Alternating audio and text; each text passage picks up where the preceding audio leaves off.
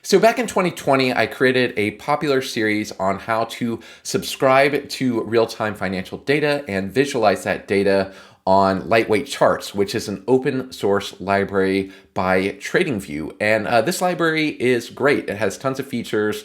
You can stream your own data and connect to different events. You can integrate whatever data you have, and it works really well. It's fast. There's lots of styling, and you get all these cool chart types. So you get to ride on the coattails of TradingView, who are experts on creating these slick charts, while at the same time you can integrate your own data, create your own applications. But one drawback to this is that a lot of people that watch this channel were like, why did you switch from Python to JavaScript?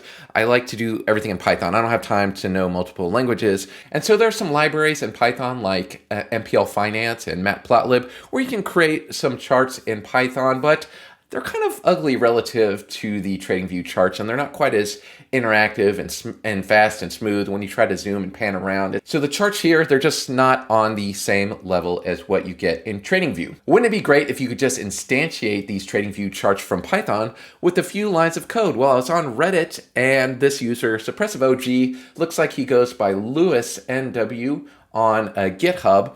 He posted about this package that he just released that's open source, and what he did was wrap a TradingView Lightweight Charts and combine it with a web view and looks like PyQt and WX Python, and made it where within a few lines of code here, you can just import this chart object, instantiate it, you can pass it a data frame, and boom, you have a TradingView chart just like this. Now in his examples here, he's just reading in a flat file, so a CSV file containing open, high, low, close, and volume data, and just displaying it on the chart. And even the real-time example here, what it does is read two different CSV files and kind of simulates real-time data. So it'll plot the initial rendering of the chart and then read the next pieces of price data from this other CSV file and render them bar by bar. So what I've done here is run with this library a bit and create some actual integrations with real-time data. And so I've created 5 unique projects here that I will show you how to build in this video. And let me talk about them and show you what we're building first so you can decide whether this is something of interest to you. And there is a written version of this tutorial as well as source code on the website, linked below, if you want to follow along with what I'm saying here. And so I wanted to demonstrate the power of this library by creating some projects that you can follow along with. And so I've created 5 unique projects that you can create here and work through this with me, and they get progressively more complex. So I start simple with free data from Yahoo Finance, so dynamically fetching that data and then rendering it on a chart here. And I also integrate Pandas TA in case you want to plot different indicators. This library has the power of taking a series of Pandas data and plotting lines and other visualizations, markers on this chart. So that's project number 1, and we also put in watermark for what the chart is. So this will render a chart for Microsoft. And just to show you what that actually looks like when we run this, I'm going to run this program that we're building. And so you can see this chart is a lot nicer than what you get in Python. You see I can move it around. I have these crosshairs.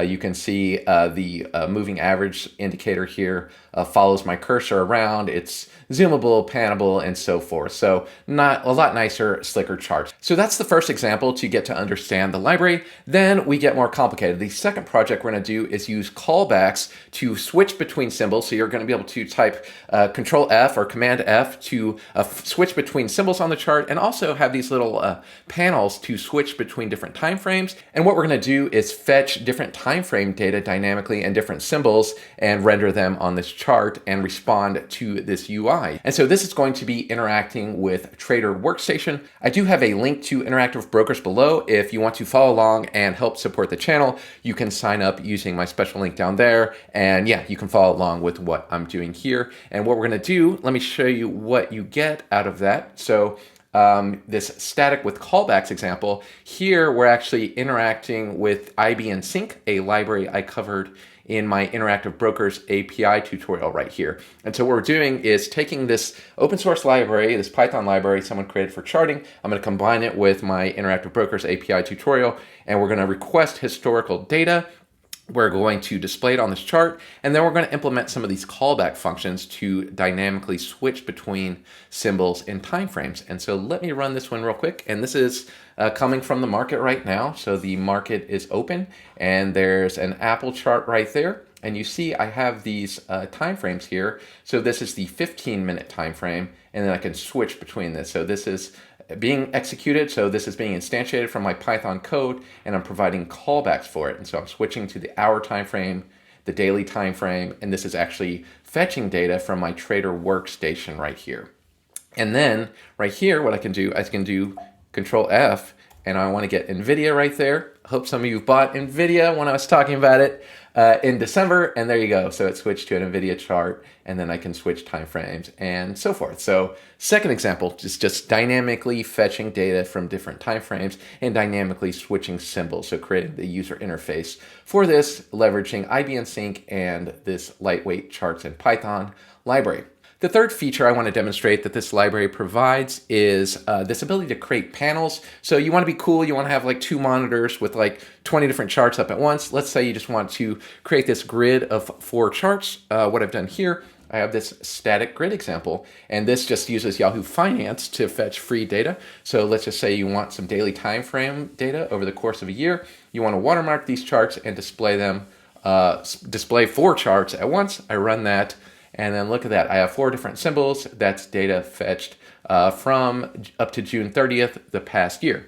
Just like that, I have Microsoft, Apple, NVIDIA, and Google. So that's the third example, just dynamically fetching price data and rendering multiple charts at once.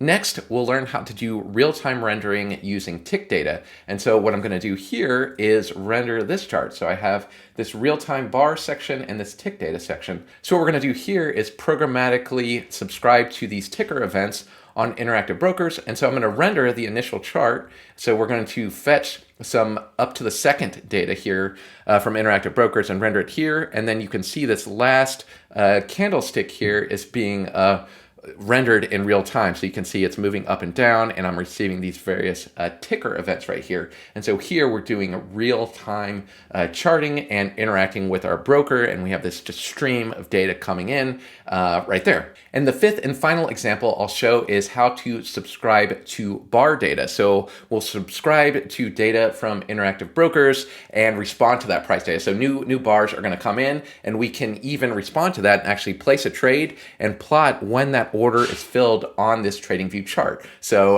yeah, we're going to get real-time data and place an actual live market trade. Typical disclaimer here, trading, especially on the short term, is often a way to lose money very quickly. So if you're doing this, I suggest doing it in a paper trading account, studying it before actually trying to do something like this at home. It's very risky and can result in loss of capital. So yeah, try this at your own risk, but it's a very cool thing to be able to see in action. And I'm going to actually do that now.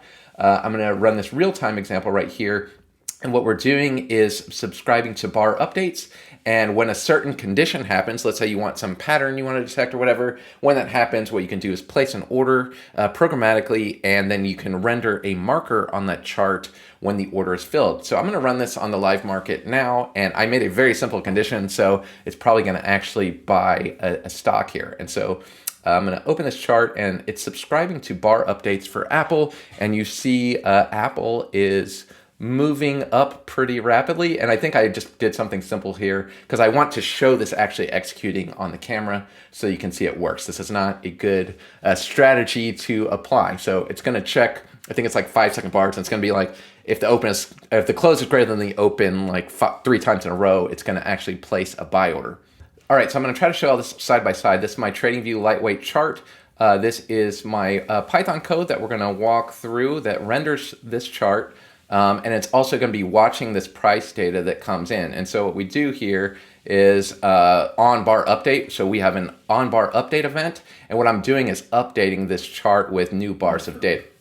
And there you go. You see it just happened. This is the simplest condition here. So this is actually buying Apple's stock right now. So I'm going to stop that. And I just killed the program, but I just noticed that I actually closed the chart. So I didn't get to discuss what I was going to show you on the chart. So I took a screenshot from the video recording here, and I'll just talk about the screenshot. But what was happening here is this on bar update function is getting called. And what I'm doing is creating these new bars and saying chart.update and passing it the latest open, high, low, close, and volume data from my brokerage account.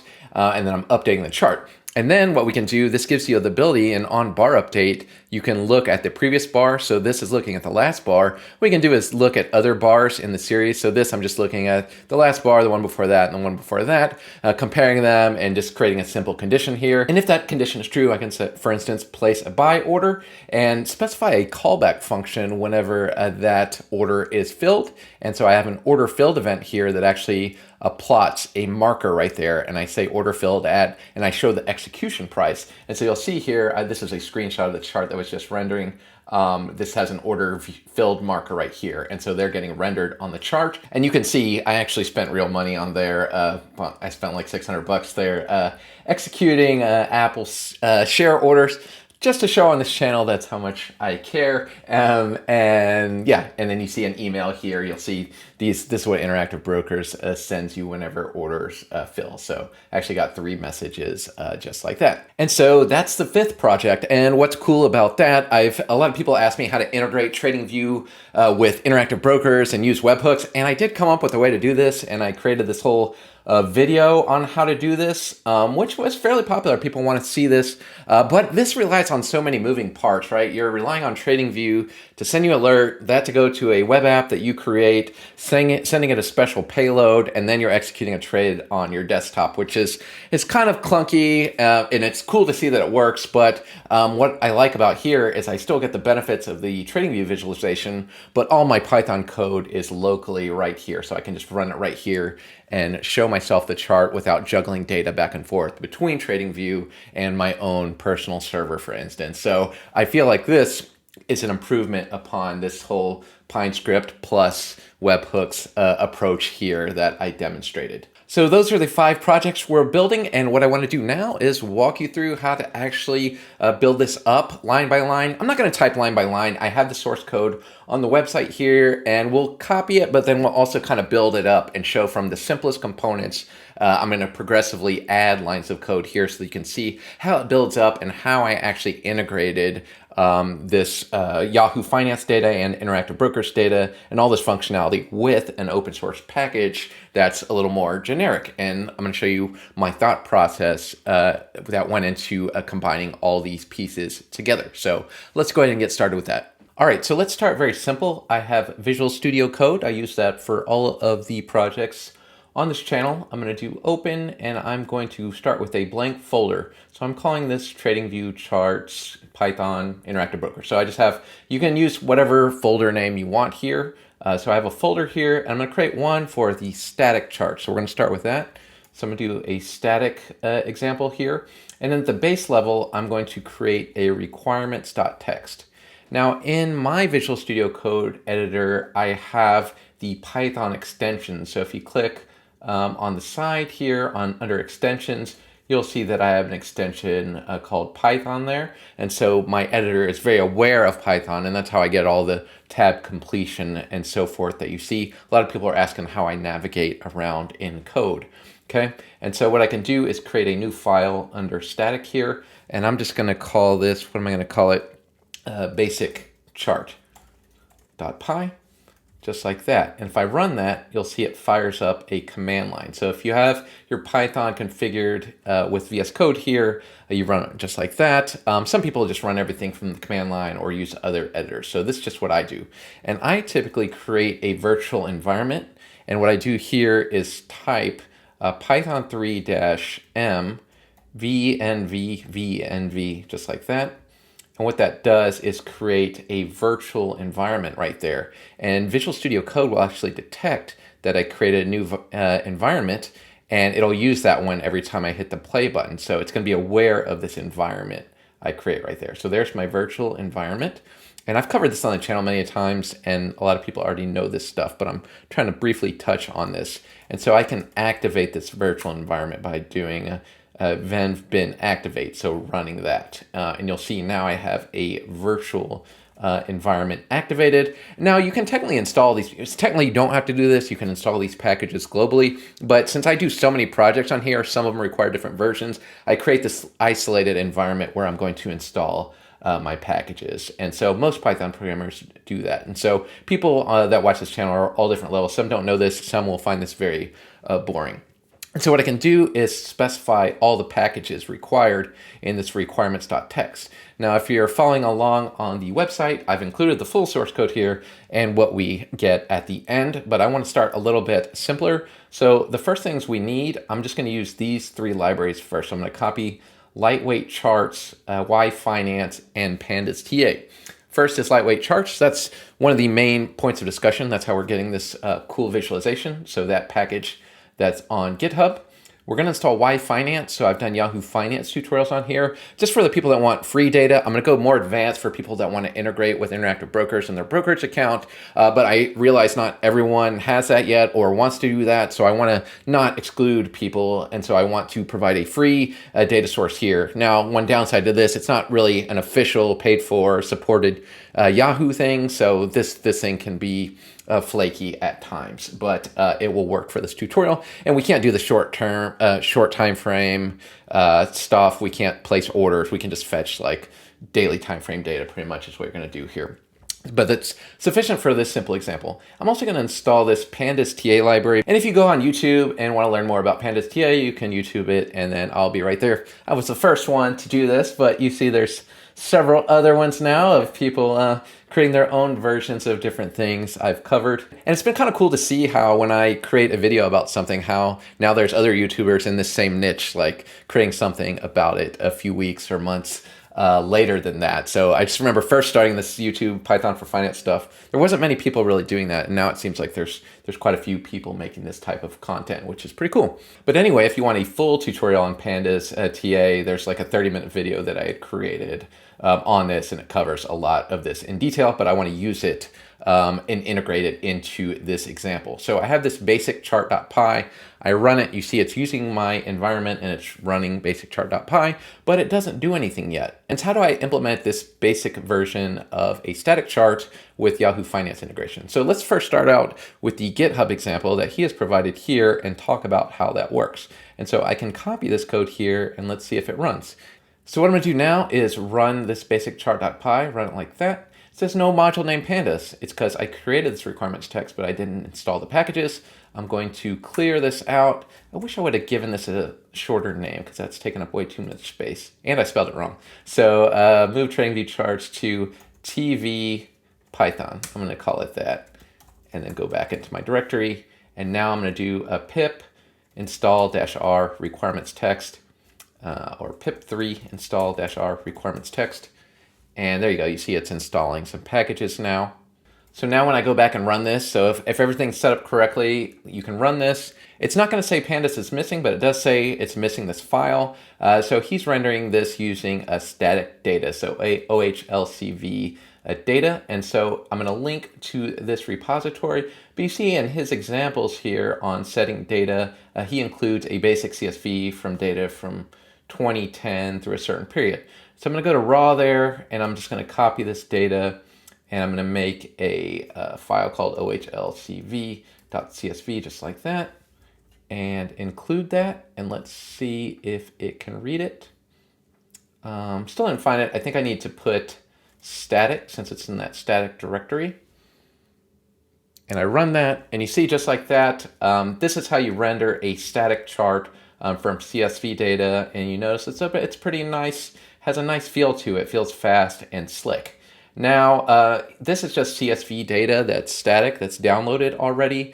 So what I wanted to do is, the first thing I thought of was, okay, well, how do I get data from another source? So on the website, I show how to do exactly that. And so I'm going to copy this example. Hopefully you get the picture there. And then what I'm going to do here is talk about this line by line. So we'd already imported Pandas before in Lightweight Charts. Pandas manipulates Pandas data frames. Pandas TA lets you apply various technical indicators to a Pandas data frame. So I import that as TA. And Yahoo Finance has the YFinance package, which is open source right here.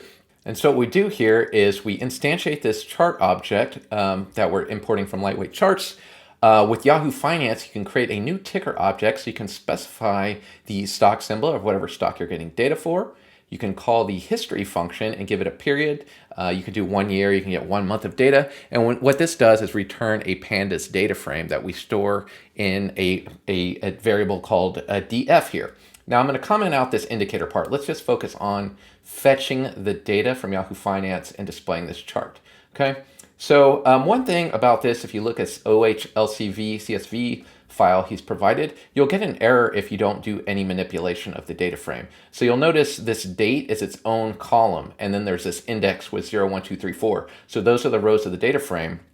That's the date, and then open, high, low, close volume. When you use Yahoo Finance, the date is actually the index here, right? It's not its own column. And so if you run this library without doing this reset index, let me show you what happens. So I'm going to run this and just use the data directly from Yahoo Finance. So I'm going to comment out this bit.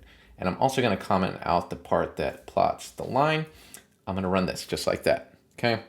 You'll notice what I get is an error. It's like key error time. So it can't find the column with my date and timestamp, right? So what I want to show here is what causes this error. So if I print the data frame without doing any manipulation here, I'm going to run this. And so if I run this, it's still the error, but if I scroll up, I can print what the data frame looked like before the error. And so you see how the date is the index here, and then there's open, high, low, close. How this expects it wants the date to be its own column, and you see how it wants the column names to be lowercase. And so when I do this reset index, this date will become its own column, and then I just lowercase all of the columns in Pandas. And so if I do this, reset index and lowercase all the columns, and then I run this, what you're going to see is that dynamically fetches data for Microsoft. So this isn't a CSV file anymore. It's returning a data frame from Yahoo Finance and then plotting Microsoft. And then I can easily change the chart here to, let's provide a different symbol. So let me create a variable called AMD, for instance, and then I'm going to pass it a symbol. And then when I set the watermark, so I don't have to do it twice, that's why I use a variable called symbol there. Right, and so I can run this. I should get the watermark with AMD and different price data. And so you can see this works as expected. The next thing I'm going to do here is plot some indicator values. And so using Pandas TA, which I've imported here. So what I can do here is for this Microsoft history data frame, I can take that same data frame, and what Pandas TA does, it gives you this .ta, so this extra attribute, where you can call these functions for different indicators and pass parameters here, right? And so if I go to Pandas TA, you can watch my video, or you can look at this particular list here. And so you can see here, there's tons of different attributes you can call here if you're into these momentum indicators and mean reversion, statistics, trend, all those sorts of things. But I'm just using SMA. It's the simplest one that anyone understands. And rather than the default, I'm doing length equals 20, so a 20-day SMA. And then, so I'm saying to frame, I need a Pandas data frame here. And so if I just print this SMA data frame raw like this, I want to show you what that looks like. And so I have a date index and an SMA 20, and the first 19 of them are going to be not a number because we need 20 values to calculate that average, right? And so, yeah, that's what that looks like. And so if you just pass that in, that's going to bomb. Remember, we need this date in its own column, and we need all lowercase. And so that's why I did this manipulation here. So what I did was SMA. I'm going to reset the index. I'm renaming these columns from date to time, and SMA 20 to just value. So the way this lightweight charts library works right now, you just give it a series of times and values. And so that's why I'm doing a little bit of manipulation. And also I can't pass it not a number. Maybe that's something that's going to change over time, but when I pass it, that's not a number. It doesn't know what to do. So I'm going to drop all these rows that don't actually have a number. And then I just get this new SMA format right here. And then what I can do is add a line here. And so to do that with lightweight charts, I do chart.createLine. So I set it with a series of bar data, and then I also create a new line, and I set the data for that SMA. So I'm setting a data frame of price data, and a line, I'm setting it with this data frame, this simple moving average data frame right here. And if I run that, you should see I get my first example, which is a full chart that has my moving average plotted. So let me stop that and run it with my new code. And there you go, just like that. AMD, you see it with my moving average line that's calculated on Yahoo Finance data. So that's the first example of what you can do with this, just render a simple chart with indicator, but let's get a little more advanced here. So I've created a new file, callbackschart.py. You can call it whatever you want. That's what I chose.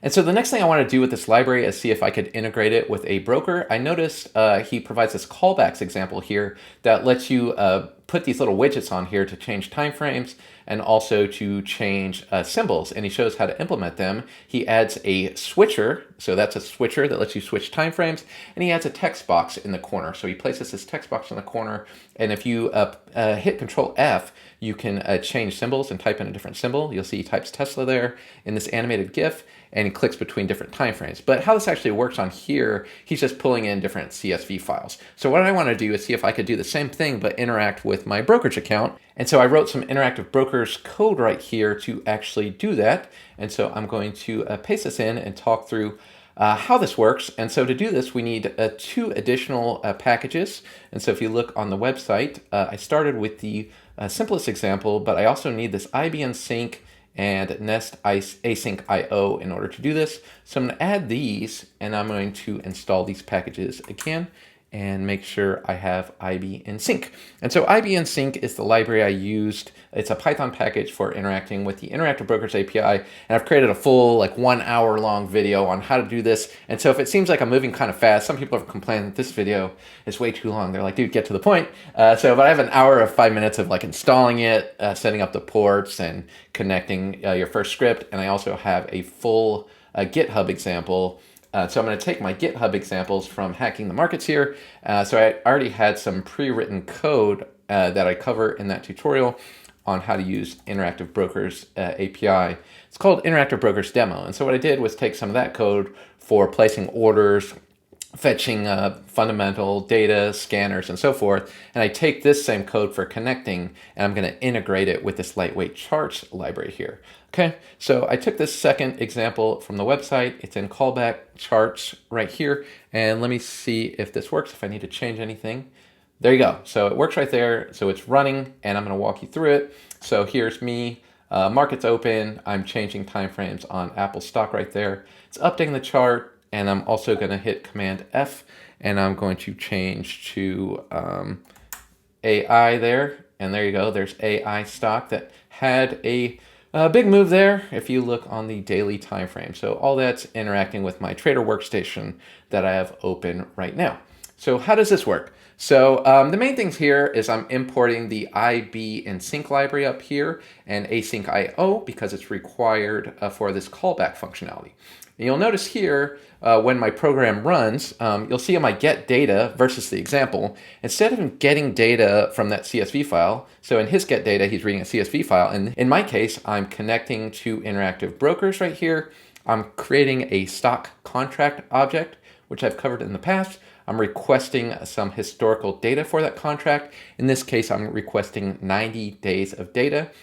And then I'm converting that to a data frame using this IB in sync function called util.df, and I pass the bar data that's returned from this request historical data here, and then I'm returning it. And then you'll notice when we're running this program, we instantiate this API object right here. Let me stop this. And then you'll notice down here in the main function, we're instantiating chart, but we're passing it this API object that specifies what to do when these callbacks are fired. So I'm instantiating a chart and passing it in some new parameters. I'm not just using the basic chart. I'm providing this API parameter, a top bar, which puts that widget on the top, and a search box, right? So I'm passing in some details about the widgets and the UI I'm building. And so the first thing I'm going to do is get the initial data that I want to show on the chart. I'm going to render the text box in the switcher here, and I'm specifying a callback function saying this is a time frame switcher, that 5 minute, 15 minute, 1 day, whatever. And I'm saying when this value changes, call API.onTimeframe, right? And so this is the parameters for my switcher. I want 15 minute, 1 hour, 1 day options here. And whenever this changes, I'm calling this onTimeframe function. And you'll see what that does is I get the value of the time frame and symbol and pass it to my get data function. And so instead of reading that from a CSV file, I can provide whatever parameters I want, and then I request historical data using this dynamically created stock contract here. So I get the symbol here, I pass it to my stock contract. object. And then I also get the time frame here and pass it to Interactive Brokers API and use that as my bar size setting. So when I switch time frames, I fetch bars for that time frame. When I switch symbols, I call get data again, pass it in a different symbol. And just to show a little bit what that looks like, here in on search, I can log a message. I can just print, I'll do an F string. I'm going to say symbol has changed to symbol like that. And then whenever the time frame change, I'm going to print the value of the time frame. So here I can just do print an F string, and I'm going to say time frame has changed to time frame, just like that. And just to see this a little bit in action, I demonstrate it, but I want to see in the console it reacting. So I'm going to click 1 hour. You see it says time frame has changed to 1 hour, executes that code. Time frame has changed to 1 day. Command F, type NVIDIA, symbol is changed to NVIDIA. And so you can see these callback functions are being executed when these widget values are changed. And then here, whenever I request that new data, I just get the chart again, and I just set a new data frame based on whatever data was fetched from this get data function. So in the get data function, you see I'm fetching the data, converting it to data frame, returning that data frame, and then setting it on the chart. The third example here that I wanted to show, you have to dig into the actual documentation here. So if you scroll down, he has a link to a documentation site which discusses the methods in detail. And this isn't on the main GitHub, but if you dig in a little bit, you'll see that he has these panels here. So this create subchart function, right? And so I'm using create subchart right here. And so this has a lot of power under the hood. If you study the documentation a bit, this is a very new library, but look, he's doing some really cool work here. And so what we're doing is creating a subchart, and he has a little example of doing that here. And so he's just getting the same CSV data and plotting it multiple times. And so what I did here is instead take our Yahoo Finance integration, and I'm just going to fetch data the same way. So I'm going to do grid.py here. And I'm going to take this example on the website that I've created here, and look at this. So all this really is creating a new chart object, but here what we do is we can create multiple subcharts and control their positioning. And we're saying each of those subcharts take up half the height and half the space. And that's how we're able to get those 4 charts all on the same panel. We give them unique names and unique watermarks so we can tell which chart is which. And then instead of just calling Yahoo Finance one time, I'm creating 4 different ticker objects, fetching the history for each one so that we have 4 different data frames. And then we do that same manipulation of resetting the index and lower casing the column names. You can put all this in a single function. I just did it 4 times for simplicity here. And then we're just setting each one of those 4 charts with the 4 different data frames. And I actually used the same one twice there. So DF, DF2, 3, and 4, and then we can show those. So I'm going to run this, and you see now I have 4 different charts, each watermarked for Microsoft, Apple, Google, and NVIDIA. So another example of the power that this library has. All right, so here's where we get a little fancier. People like to see real-time data. And so you see what he does with this updating bars from tick data in real time here. He reads a CSV of some initial open, high, low, close values here. And then he has a separate file called ticks.csv. And what he's doing is he's simulating real-time data here by iterating over a CSV file and then implementing a delay with the sleep function here. And so he calls chart.update from tick. So tick by tick, he's looping over a CSV file to emulate real-time data and re-render it right here. And so if you look at the examples he's provided in example 3 of tick data, you see ticks.csv is just a time and a price, and this is very short time frame. So tick by tick, each trade, each price is here, and he's just looping over this and with a delay here. And so what I wanted to do is take real-time market data, real tick data from the market and see if I could integrate it with this chart. And so I've done that right here and provided you the source code once again for doing this. And so let's talk about how this works. So this is static. I'm gonna create another directory for, let's call this real time. And I'm gonna do tick.py, right? And let me see if this runs right now. If I need to add any more packages, I don't think I do. There you go. And so you see it's logging Pender ticker event received, and you see there's lots of updates coming in for, I believe I'm doing Apple stock right now. So you can see there's a bunch of real-time data streaming in right now. And if you look, this chart here, it fetches some initial data, show the initial chart, and then this last candle on the back here, you can see how this one's actually moving up and down with the price data. So you see that says 193.04, 193.03, so short-term fluctuations. And you can see this is very short time frame data right there, and it renders that red bar, and then you see another bar's coming in, and it's starting and rendering that as well. So how does this actually work? I'm going to let that keep running. Same thing, we imported IBM Sync is what we use to connect with interactive brokers. And this isn't in a callback function, just when this program runs, I'm going to connect to interactive brokers right off the bat. I'm deciding which stock I want to follow, so just Apple stock for simplicity, right? And so I create a new contract object. Since we need to show something on the chart to start with, I request historical data. Here I'm requesting 3,000 seconds of data, and I'm saying the bar size setting, I'm saying show me some 1 minute bars, right? And so I request historical data, and this is going to return me a list of bar objects, and that gets returned in bars. And so what I do is convert those bars to a Pandas data frame, calling util.df, and now I have a Pandas data frame just like I need. And then so that'll render my chart. And so let me stop that real quick and just stop this there. Let's leave out all this real-time stuff to start. So this is how you fetch data and show it on the chart. So no real-time market data. Let's just show, I believe I just did 30 minutes of data. There you go. It's not moving. I fetched it from my workstation, and there you go. There's the chart. Now, how do I add real-time data to that? We've talked about static data. Well, what I'm going to do is call this function request market data. This is my stock contract up here that I've instantiated. So I'm going to request market data for that particular stock. This number 233, where's that come from? Well, if I jump into the Interactive Brokers documentation or use my navigation in Python and Visual Studio Code to jump into IBM Sync, you'll see should have a list of all the different tick types here. So I can request all types of data with Interactive Brokers. So that's one of the big benefits. So if I do Interactive Brokers tick types here, you can see those all listed out. And then also you can see this request market data, all the different arguments. And so you can do 233 here, and that'll give you the last price. And so that's where that number comes from. So I'm requesting market data.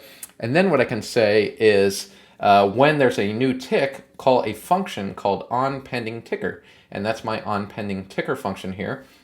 And so I'm printing each time a new tick is received, I'm printing the word pending ticker received. And so you see that's printed a lot. And then what I'm doing is looping through all the ticks it gives me. I can convert it to a data frame, and then I can process it. I get the last price tick here, and I say if I found it, then call chart.update from tick with the last price, and then I'm rendering it on the chart in real time right here. So you see it moving up and down. And the reason I call this squeeze function is because this comes back as a data frame. This, I believe, wanted a series object. So if I jump into this update from tick, it wants a pandas series. And so I need to convert a data frame to a series right there. So I'm subscribing to real-time data from interactive brokers, processing this tick data, and then calling update from a tick on that data and re-rendering that last bar on the chart. And the final project I'll walk through is real-time order.py. And so this one carries some risk because it's subscribing to real-time data. You can put in some condition if you want to detect a pattern or however you want to trade. I don't want to tell people what to do with their money, but I just wanted to show a proof of concept of what you could do. And so what this does is subscribes to minute bar data. And what you can do is look at that data frame, see if there's some sort of pattern or some condition you recognize, and you can actually do a callback to interactive brokers. So call place order and do a callback with a fill event. And I wanted to do this to show this feature of the library that lets you plot an actual marker. So if you look at the lightweight charts example on the GitHub repository here, he has this updating bars in real time. And again, he's simulating real-time market data right here with two different CSV files with a delay here. And so you see this one right here, he's saying if the close is above a certain price, then he's adding a marker. So you see those little markers, that little blue text there, he's just marking when the price crosses above a certain value. And so we can do the same thing here. And so on the website, once again, the final example I have is called reacting to minute bars. and placing an order. And so what I'm going to do here in real-time orders, let's walk through what this is doing. And I'm not going to run this quite yet because I actually have my live account hooked up right now, which is spending real money. And so since this carries a lot of risk to run something like this, what you can do in Interactive Brokers, you can log in with your live account, or you can log in with a paper trading account. And the paper trading feature is great because you can just see how this stuff actually works, study it, get comfortable with it before you actually do something. Like you can evaluate the risk with simulated money and see how that works, right? So what this does, this version of the program, it connects to Interactive Brokers once again, instantiates a contract object right there, request historical data. We're already doing that. We've already done that. And then we place those bars in a data frame and put it on the chart and show that. And so let's start at that point again and then iterate and add lines. So let's see if this bit works. There you go. So this is my chart. You'll notice how jagged that is. And so I think I'm doing very short-term data here. So you see this period only represents 5 minutes, right? And so if you look at this program, let me kill that. You'll see when I request the historical data, yeah. Now you can see here my bar size setting when I'm requesting historical data is actually 5 seconds, which is extremely short period of time. Every 5 seconds there's another bar coming in. And this does not mean I think this is a good idea or recommending that. It's just because if I'm recording a video, a tutorial on real-time data and showing these plots in real time, I have a short period of time when the market's open when I can record a video like this. And so if I'm demonstrating like some long-term, month-long strategy, the video will never get done and I'll never be able to show it. But in this case, every 5 seconds, we can probably assume a certain condition is going to take place, and I can actually verify that this ordering functionality works like I expect it to. So I plotted the historical data to start, and you'll see I have some callback functions here commented out. So let's go to the bottom here. And so at the bottom here, you see what I'm doing. I'm saying request real-time bars. So you see here, now I have this request real-time bars. I give it my contract and I'm specifying a 5-second bars here. So I'm saying each time you get a new bar, call this on bar update function. So I'm saying bars.update event and I'm adding this on bar update function, which is currently commented out. So request 5-second bars, call this function every time you get a new one, right? And so up here, you'll see I have the on bar update function. And so let me go ahead and uncomment this. Let's walk through this. So on bar update, I'm going to print bars just to show this, and I'm going to return real quick, right? So I just want to show that how this works when these bars come in. So I'm rendering that, and look at this. You'll see a bunch of bars keep coming in, right? And this list is going to grow because there's going to be a history of each bar that comes in. So lots of 5-second bars are coming in. You'll see another one come in. You wait a few more seconds. Should be another one come in. There you go. More data is coming in, and this list is growing. But I can get the last one in Python, right? Since that's a list, I can get the last one by using bars -1. So negative indexing, I can get the last bar. And so I want to take out the details of this bar and convert it to a Pandas series. And so I've taken all these attributes. You see how this had a dot open with an underscore. I don't know why the underscore's in there, but that's why there's an underscore there. High, low, close, and so forth. I'm creating this series. This Pandas series here, and I'm updating my chart with the last bar in the series. And I'll return, so I don't want this code to run down here because that's my order code. Let's just see if this works and updates the bars with the series. So if I run this, now you see it has my historical data, and you see it's actually updating the chart. But we're not processing the data any further. We're just using this to visualize the 5-second bars as they come in, right? 5 seconds, then 3, 4, 5, should be another one. There you go, another one comes in, and so forth. So data comes in, renders on the chart. Okay, so now I'm gonna take out my last return statement. And what I mentioned here is that this bar list is getting longer. And so let me return here, but what I wanna do is print the length of bars.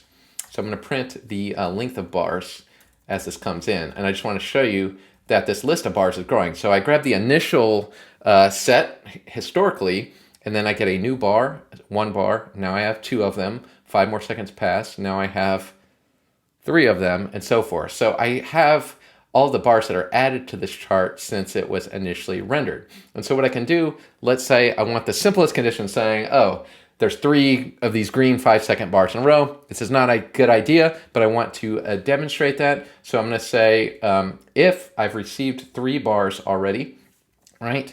I can say if the last bar's close is greater than its open, and the bar before that's close is greater than its open, and the bar before that, the negative third one, was close greater than its opens, I'm going to just say 3 green bars, let's buy, right? And then I'm just going to say buy 1 share. And so in Interactive Brokers, I can do a market order and specify the number of shares to order. And I place the order for the contract, and there's my details of the order. And then I also have the option to pass a callback function saying, call me back whenever that order actually fills. So I call my broker, I'm saying, hey, give me a message and then tell me what price did I get it for after I place the order, right? And so I'm calling a function called order filled, and I have that commented out up here.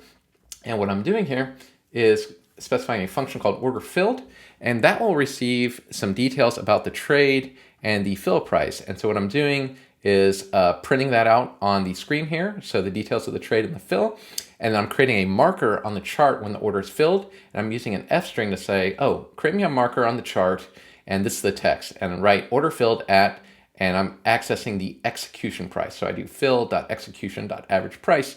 And yeah, that's the reason I print these out. I don't memorize all of these attributes. It's just I have to print them out, look at the type, see what's available, and then I know that I can get the fill price from there. And so I just when I'm trying to figure out how these data structures work, I'm just printing them as I go and building up this program progressively. And so I'm going to run this. Let's run this code and let's see. There's the chart rendered. So yeah, the grand finale, real-time data and an actual order placed. We've got 5-second bar data. This is my trader workstation. It looks like it's going up. 1 more green bar. It should place an order. I have no control whether this is going to happen or not, but let's see. Wait a few more seconds. Looks like it's flat right now, so it didn't hit. All right, we got this running. It looks like we got 1 little green bar there. Let's see if we can get a little bit more movement, if this will happen here. Looks like that second one is flat, so it didn't trigger. So hopefully we get this. There's a second one. 1 more, come on. Order filled. There you go. It executed the order. You see it actually logged, and if I scroll up here, you'll see where that order actually executed. It happened real fast.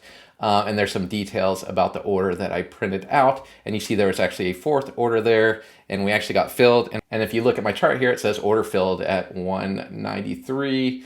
33 was the last one right there, and that's dynamically integrated with my broker and this lightweight charts library. Pure Python code, no TradingView, no webhooks, no PineScript, all beautiful Python code and real orders right there. So very fun exercise. And there you have it. That is the TradingView Lightweight Charts library in Python. You make sexy TradingView visualizations of your data. Not only can you read static data from CSVs as shown here, we can integrate it with whatever data source we want and even place orders, subscribe to real-time data, all without leaving our cozy Python Visual Studio Code environment right there. And it's all free code that's available, linked below. Play around with it, have fun. Thanks a lot, everyone, for continuing to watch. See you next time. Bye.